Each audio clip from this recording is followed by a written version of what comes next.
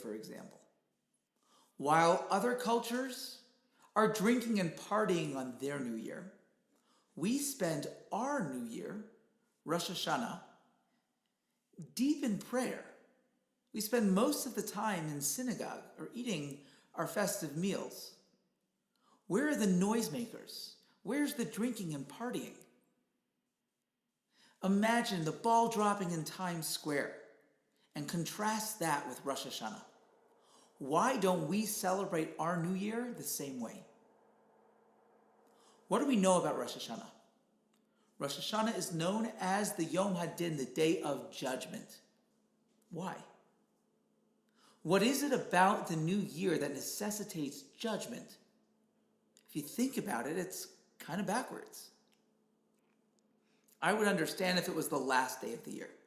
The last day of the year might be a good time to be judged, a good time for assessment, understanding all the ways that we maybe didn't live up to the person we could have been. So that way, when we start the first day of the year, we can start with a fresh, clean new slate. But Rosh Hashanah is the first day of the year. That is probably, if you think about it, the worst time to be judged. Imagine you just started a new job, and your new boss walks into your office on day one and begins an assessment. You say to him, "Come on, what are you assessing? I haven't even started yet." Why do we get judged on Rosh Hashanah? It seems so judgy. Just a couple days after Rosh Hashanah, we have Yom Kippur. And for Jews who only come to shul twice a year, you look around and you say, "Come on, we were just here. We just did this. We were in the same building with the same people doing the same thing." But if you look carefully, there's a difference between Rosh Hashanah and Yom Kippur services. A glaring difference. On Yom Kippur, throughout the whole day, we're constantly saying Vidoy, the confession. Ashamnu, Bagadnu, Gazalnu. We're acknowledging all of the ways we have fallen short, all of the mistakes that we've made. Wouldn't it make more sense to do that on Rosh Hashanah? Wouldn't it make more sense on our day of judgment to come to God and say, "Listen, I made all these mistakes. I have fallen short. I have not lived up to the potential that you know I have. I haven't been the person that you know I can be, but I can change. I can do better." Wouldn't it make sense to do that on Rosh Hashanah? And yet, we don't do the confession at all on Rosh Hashanah. In fact, you look through the service, we don't mention judgment at all. We never mention judgment, perhaps in one or two sections which were added much later. But you would think, if the prime theme of Rosh Hashanah is judgment and being judged, shouldn't that be front and center? Why don't we find mention of judgment or any of the vidoy, any of the confession in the Rosh Hashanah service? So we have a lot we have to unpack. The Rosh Hashanah service in general and the way we celebrate Rosh Hashanah seems to conflict with what we know about how we celebrate New Year. We sit in shul. We're told that it's a day of judgment, even though judgment doesn't seem to be mentioned at all in the service. We blow the shofar. I mean, how odd is that? If you didn't know any better, you've never been to a Rosh Hashanah service, and you walk in and they start blowing this ram's horn, what can seem more archaic and pagan than that? Let's begin our discussion by an overview and understanding of Jewish holidays in general. You see, Jewish holidays are not just sentimental times to get together with our families. Although that may be, for some people, a wonderful side benefit, that's not at the essence of what a Jewish holiday is. Jewish holidays also are not just nostalgic times that we remember something that happened in our past. Take Thanksgiving, for example. So on Thanksgiving, we remember the gratitude that the original colonists had when they received their very first yield of produce. And we as well remember that every year on Thanksgiving. And we too feel grateful and thankful as we remember what happened to our ancestors back when that very first Thanksgiving. Jewish holidays are very different.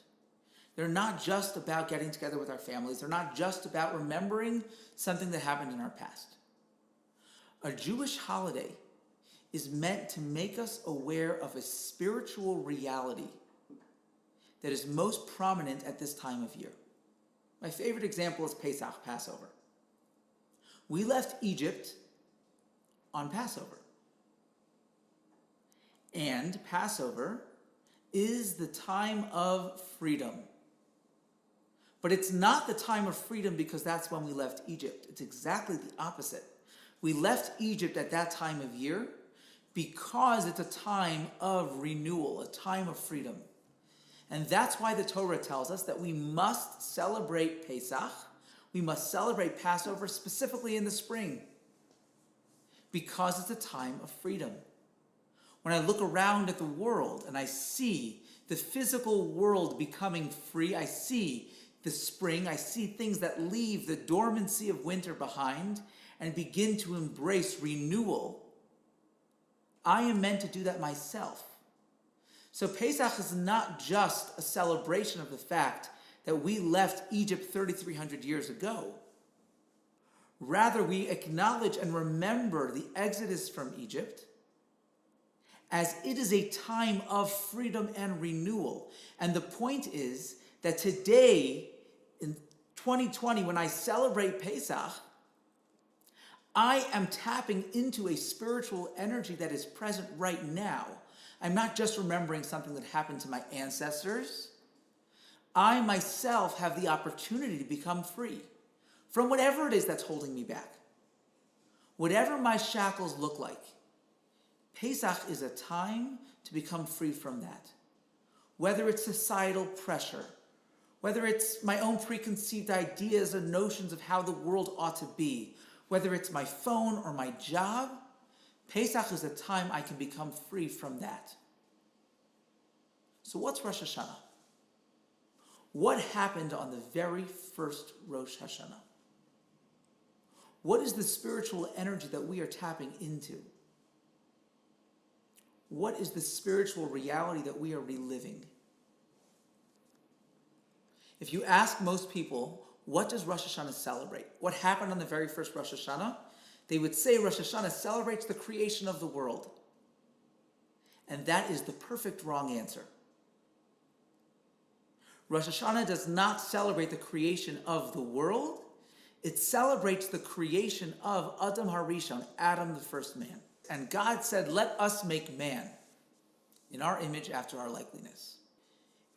If one of the most basic tenets of Judaism is the unity of God, the idea that we believe that God is one in every sense of the word and term and concept of oneness, why does it say, let us create man? Who's God talking to? The Medrash explains that before God created the world, he consulted with the angels. And he asked them, Na'aseh Adam, shall we create man? And this Medrash is often quoted because of the important lesson and value it teaches us. If God himself consults with others before a major undertaking, how much more so should we consult with others before we do something? God obviously doesn't need anyone else's input. There is nothing that they can give or add to this process, and yet he consults to teach us that we too should consult with others. Beautiful idea.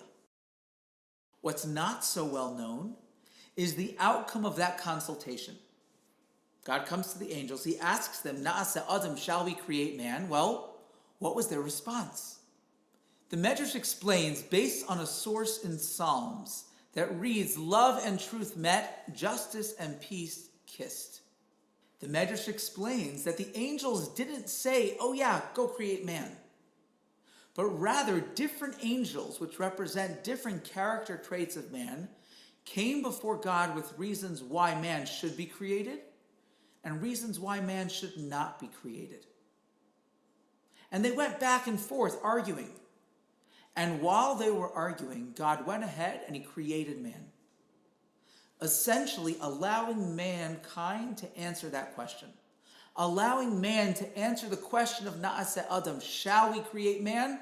Let's let man prove for himself whether he should or should not be created. And so, mankind comes on the scene. Man is created in a state of doubt, a state where we have the ability to choose through our lives whether or not we should be created. And so, just as man was initially judged on that very first day, just as man was judged as he was being created, so too every Rosh Hashanah we are judged. Every Rosh Hashanah we are being recreated. We're being created anew.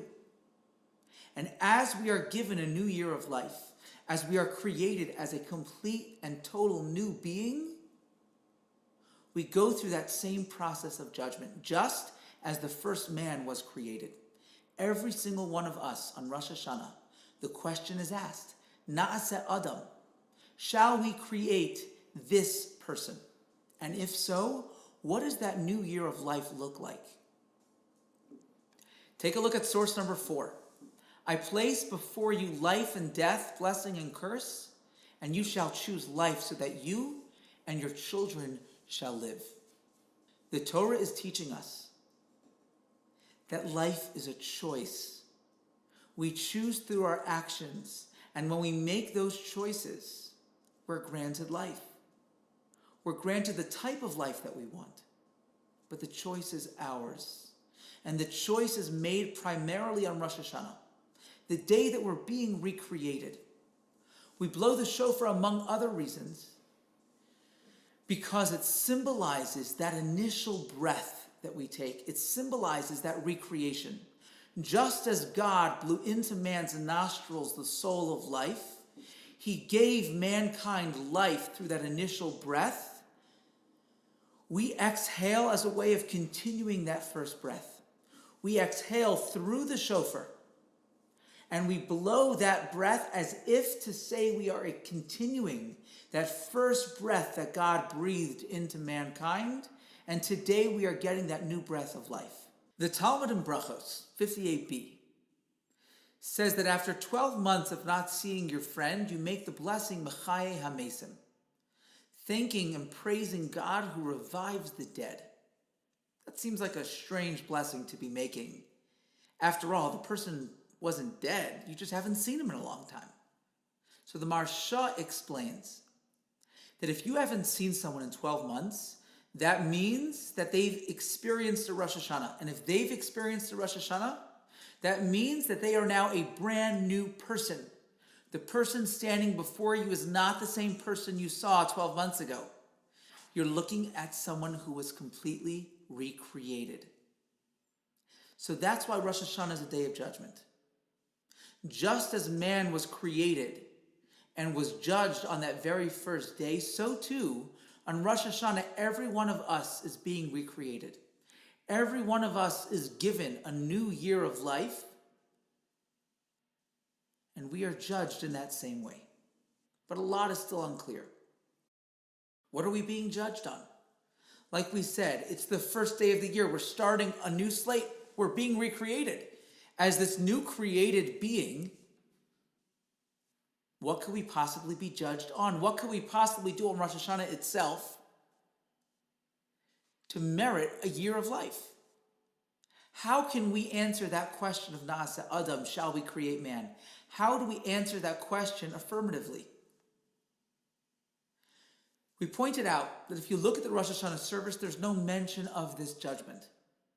There's no al-chet, there's no confessing for all the things that we've done wrong.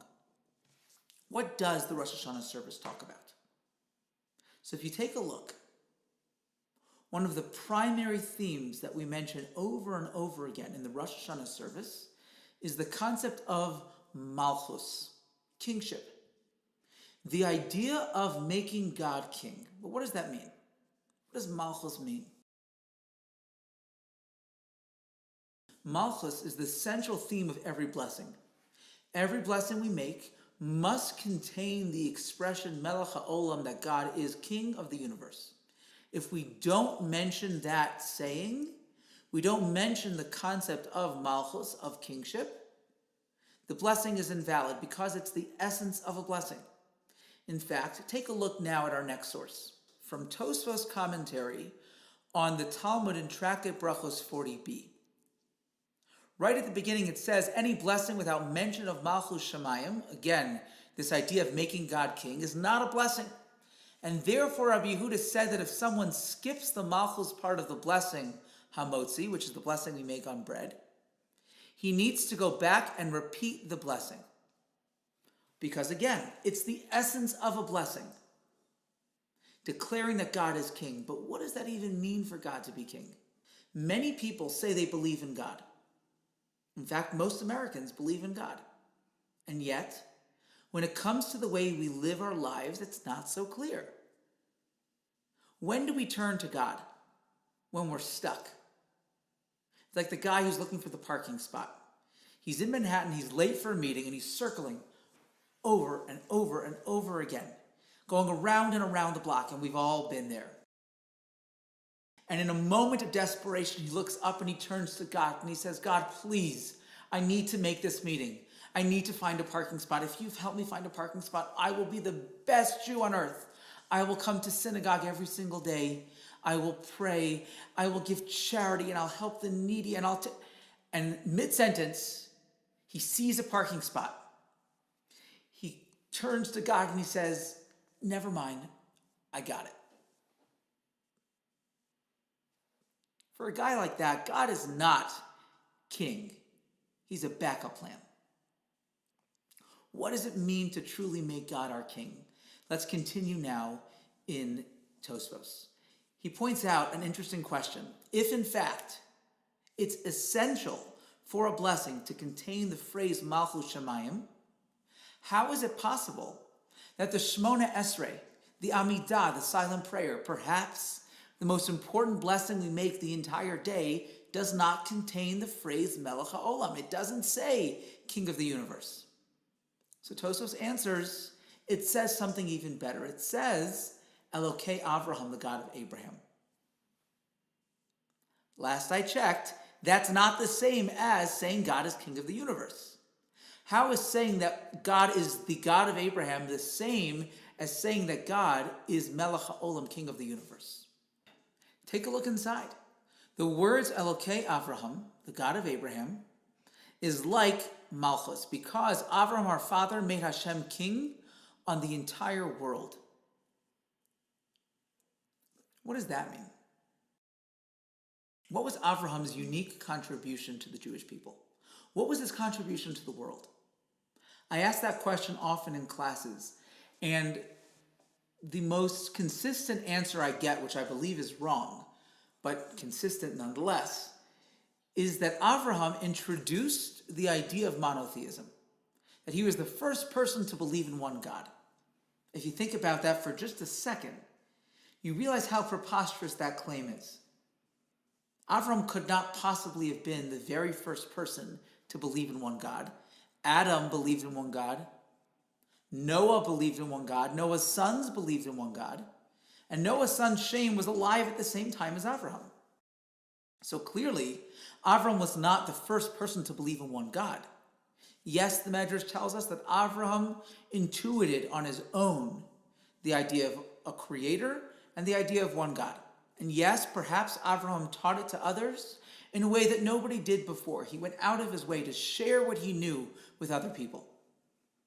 But what was his unique contribution? What did he teach us that no one taught us before? Avraham taught us and intuited on his own this concept of hashgacha pratis, personal divine providence, what we call HP, hashgacha pratis, or Hashem power. The idea that God is intimately involved in my life, that he cares about me. Avraham looked up and he saw the stars and the moon and the sun, all of the zodiac signs above him. And we believe in astrology, we believe it's true. But he looked up and he saw these powers and said, you do not have any power by yourself. The sun, the moon, the stars, none of them have any power. They are merely a form of communication. God speaks to me through the sun and the moon and the stars. By manipulating those powers and causing them to affect the seasons and the way the world interacts on earth, those are ways that God speaks to me, but none of them have any power on their own. God is intimately involved in my life. He cares about me. That is the concept that Avraham introduced to the Jewish people. He introduced to the world, and that is the essence of every blessing. When I make a bracha, when I make a blessing on an apple, I'm not just thanking God in general for apples. I'm not just thanking God for creating a system in a world where there are trees and apples and seeds, and I can plant those seeds and create a tree, and that tree has infinite power to create apples, which then can create trees, no. When I make a blessing on an apple, when I pick that apple up and I make the blessing of ha'etz, I am thanking God for making this apple for me. I am declaring that God created the world, and he created that tree, and he created that apple specifically so I can enjoy it right now. That's the concept of Hashgacha Pratis. That's what Rosh Hashanah is all about. Rosh Hashanah is a day where I make God king, where I let God into my world, where I choose to have a relationship with him. And just like any relationship, if it's truly a relationship, it's a choice. This comes from Genesis 3:8. They heard the sound of Hashem God manifesting itself in the garden towards evening. And the man and his wife hid from Hashem God among the trees of the garden.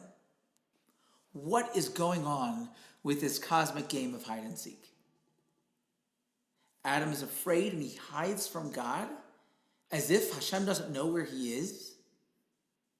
It's like the child playing hide and seek. He covers his eyes and he says, oh, you can't see me. Yeah, we can. You're just covering your eyes. It doesn't make you disappear. God knows where he is. Even more puzzling is the next verse. Hashem called out to the man and said to him, where are you? God plays along. Hashem begins looking for him. Can man hide from God? Surprisingly, the answer seems to be yes. Hashem begins to look for him. Hashem says, where are you? Obviously, God knows where he is. And obviously, man cannot actually hide from God. But what we see from this episode is Hashem relates to us the way we relate to him. Adam sins, and he creates, at least in his own mind, this distance between he and Hashem, between he and his creator. And God plays the part. God acts as if he is hidden. Hashem relates to us the way we relate to him. Ani l'dodi, v'dodi li. I am to my beloved, and my beloved is to me. I am to my beloved, thus my beloved is to me. The way I am to my beloved is the way my beloved is to me. Each and every one of us lives in a world that we create. If we choose a world with Hashgacha Pratis, we choose to make God king and let him in our world, then you know what? He will be. But if I believe that I made money because of government regulations and I lost money because of COVID, so then you know what? My fate, so to speak, is up in the wind. If statistically it's most probable that this is what's going to happen to me, then that's what's going to happen. But if instead I choose to live in a world where God is my king, I choose to let God in, then to the extent to which I let God in is the extent that he will be. We live in the reality that we create. The Talmud tells a story of a man named Hanina ben Dosa. He comes home one Friday evening and he sees his daughter is in tears. She's crying. And he turns to her and he says, what's wrong? And she says, instead of using oil for the Shabbos candles, I used vinegar. And now we don't have anything to light the Shabbos candles with. And Hanina ben Dosa turned to his daughter and he said, my dear, he who says that oil shall burn shall make vinegar burn. And she lit the vinegar and it burned. But what's remarkable about that story is it wasn't a miracle. It was a reality. It was Hanina ben Dosa's reality. He lived in a reality where the only reason why oil burned is not because of the physical chemical properties of oil. Oil burned because he understood that there is a spiritual script that causes everything in our physical reality to act and react in a specific way. And if God, who wrote the script that causes oil to burn, chooses to let vinegar burn, then so be it. Vinegar will burn. And therefore, in his reality, there was no difference between vinegar burning and oil burning. Both were equally miraculous. Now, you and I are no Hanina ben Dosa. And if we lit vinegar, it's not going to burn because we don't truly believe in that. We don't truly create that reality, but it's not all or nothing. There was a pious woman, and I forget the specific person who the story is told about, and if you do know and you're watching, please let me know. But she was being wheeled into surgery, and she looks up at the surgeon as they're going into the OR, and she says, "Doctor, I just want to let you know, if anything goes wrong in there, I won't blame you. I won't hold you accountable." Now, as a surgeon, no matter how many times you've done this particular surgery, you go into surgery with a certain sense of trepidation. Just the weight of everything on your shoulders. What if things go wrong? And to hear this patient say that was so touching. But before he can even say anything to this woman in response, she says to him, "But doctor, if everything goes right, I'm not going to give you the full credit either." Here is a woman who understood that ultimately, whether or not the surgery was successful was not up to the doctor alone. She lived in a world with Hashgacha Pratis, with HP, with Hashem power, where the ultimate determiner as to whether or not the surgery would be successful was God himself. The extent to which we let him into our world is the extent to which we will begin to see him. When I choose to live in a world of Hashgacha Pratis, I see God all around me. A couple years ago, I dropped my daughter off at preschool. And on the way home, I witnessed a horrific accident. A huge 18-wheeler had knocked the car directly in front of me like a ball in a ping pong machine. It was changing lanes, didn't see the car, smacked this white little car into the side of the highway. It went into the side of the highway and then ricocheted the other direction. I was inches away from that. And I remember as I saw my life flashing in front of me, I called in the accident. I don't know what happened to the car. I imagine it was a fatal accident. There's no way somebody could have walked away and survived. And the whole day I was shaken up. If I was a split second faster, that would have been me. Why wasn't it me? And throughout that day, I just couldn't shake it off. I couldn't stop thinking about it. And then it occurred to me. I kept on asking myself, why wasn't that me? Why wasn't I a second quicker, a second closer, smacked into the side of the highway by that truck? But then again, and it was an unusual day that day. My daughter Atara, who I dropped off, usually went right into school with no problem. That day, she cried and for some reason, I decided to stay in the classroom, and I stayed there for 10 minutes. And I did puzzles with her, and I stayed and comforted her until she was okay, and then I left, which is not something I would normally do. Normally, even if she was crying, I would say, I'm sorry, Daddy has to go, and I would go, but I stayed. And I kept on thinking about that throughout the day. Had I dropped her off, had she not cried at all, or if she had cried and I wouldn't have stayed with her, I would have gone home as if nothing happened. So aside from just asking the question, why that was not me, now I began to ask the question, why did I have to see that? Why did I have to experience that? Why did I have to live through the trauma and go through the day completely shaken up? And I think the answer is that God is talking to us. And he was talking to me. I kept the piece of metal from the accident. When it was all over, I pulled over and I had a flat tire because this piece of metal, I guess from either the truck or the car, was embedded into my tire.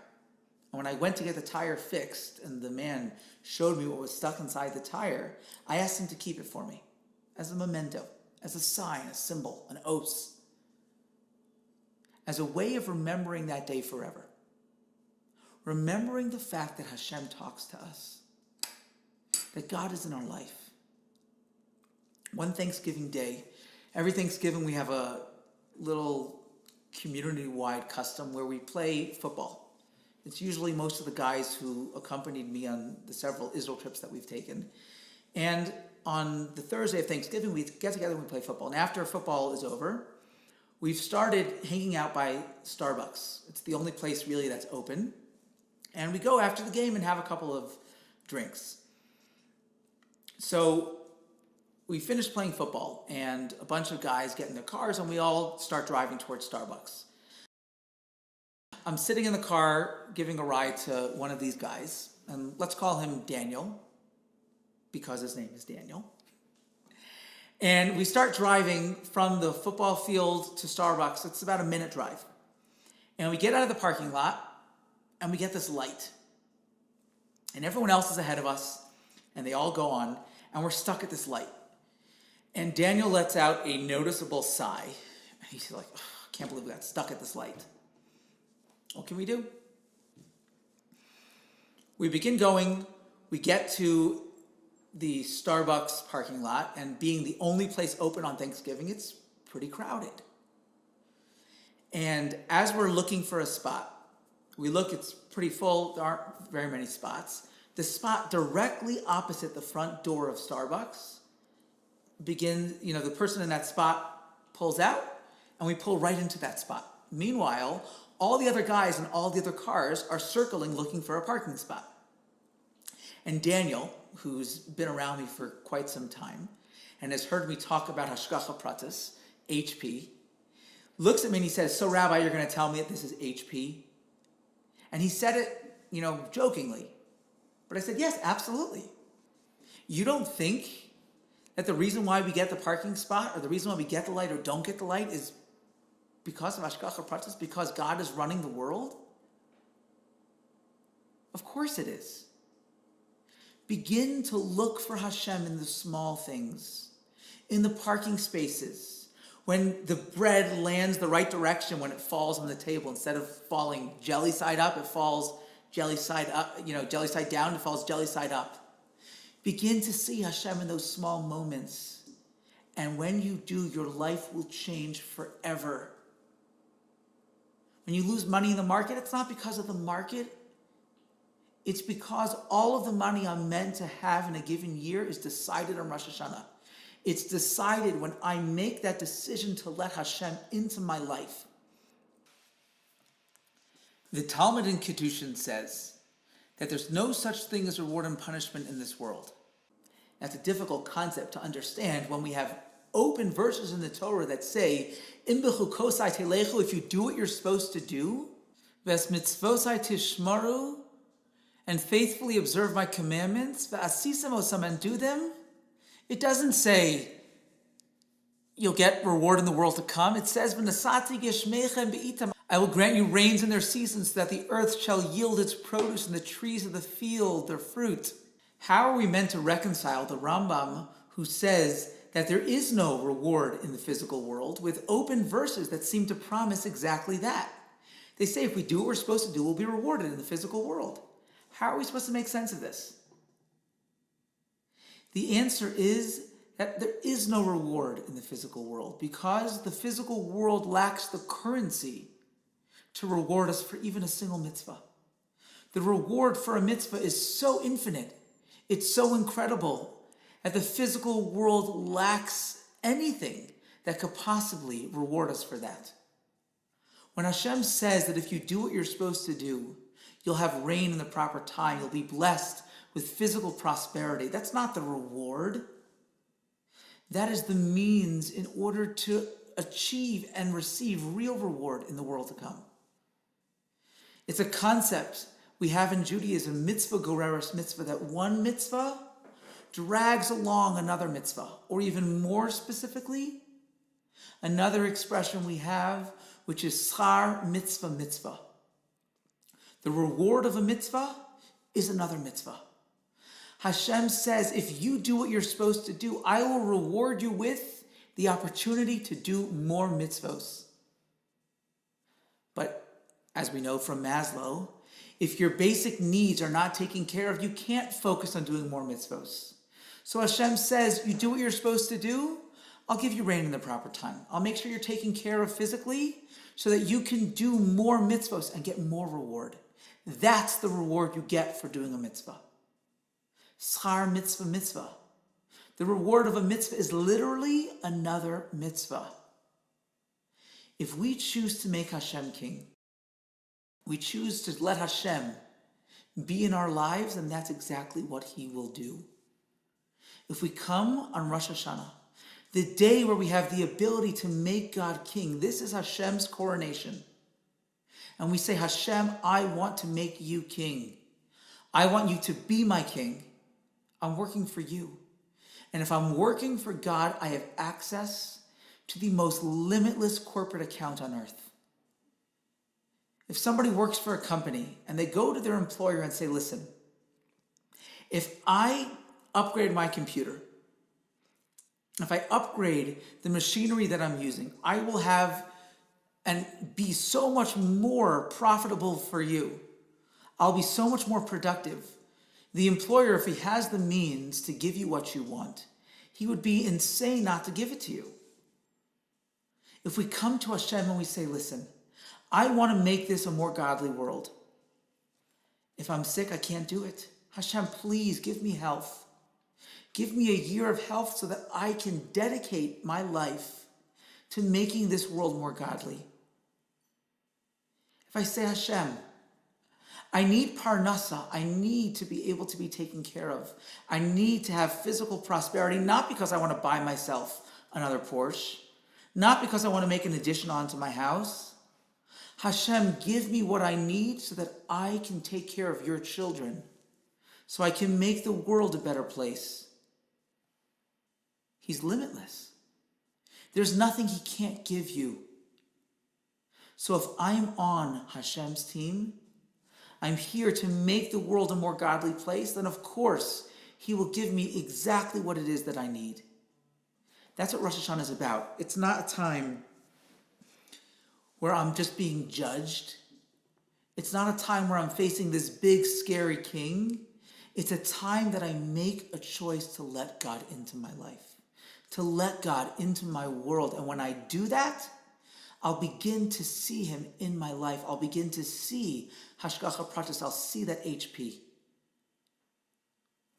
We are living through one of the most unique moments in world history, where all of us, no matter where we live, all across the world are experiencing the same challenge.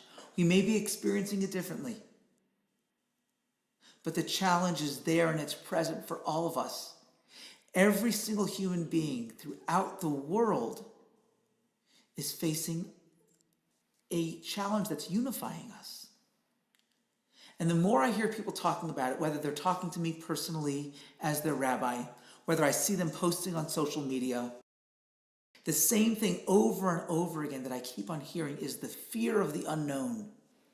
the anxiety that's being caused by simply being out of control. We are living through a time where we are constantly hearing different things from different people, where the experts say one thing one day and the next day it's all wrong and out the window. Who do we listen to? And we feel so helpless because we don't know what to do. We feel out of control. That same feeling that can make us feel fear and anxiety can also be one of the most comforting things, at least I know for myself, and I can speak for myself alone. I have felt so comforted over the past few months because since I know I'm not in control, I realize that Hashem is in control. And the truth is, we were never in control. We were living with the illusion of control. And what COVID has taught us, I think more than anything else, is that we've never been in control. We've had to let go.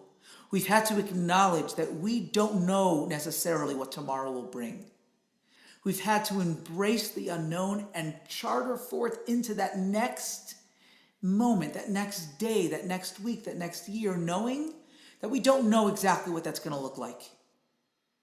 And as we start to send our kids off to school, those of us who are sending our kids off to school, we don't know what tomorrow will be. We don't know what tomorrow will bring. But if we understand and recognize that God is in control, that the Almighty has a plan, it can be so comforting. My brother has a song that he wrote called The Wheel. And it describes this young child who's sitting in the back seat, sitting in his car seat, playing with this toy steering wheel. And he follows his mother's movements, and as she turns left, he turns left, and she turns right, he turns right, until there's a moment where he sees something in his eye out the window that he wants to go to, and he turns the wheel left, and yet the car turns right. And he's so aggravated and frustrated because he realizes in that moment that he is not really driving. COVID has taught us that God, thankfully, is in the driver's seat, and he knows where we're going, even if we don't. In the Rosh Hashanah service, we say, Zacharti lach chesed nu'urayach. I remember the kindness, says God, of your youth, where lechtech acharai bamidbar be'eretz lo zerua, how you were willing to follow me into the unknown. Every single moment, we are faced with the unknown, unknowable future, a future we can't possibly know. Sometimes we convince ourselves that we do know what tomorrow will bring, but we never do. No matter what we can know about this world, we never know what the future will bring.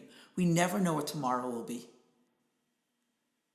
Rosh Hashanah is the day that I choose to relinquish control and let Hashem be my king. It's the day where I let him into my world and into my life. The extent to which I let him in is the extent to which he will be there. The extent to which I'll begin to see him constantly in my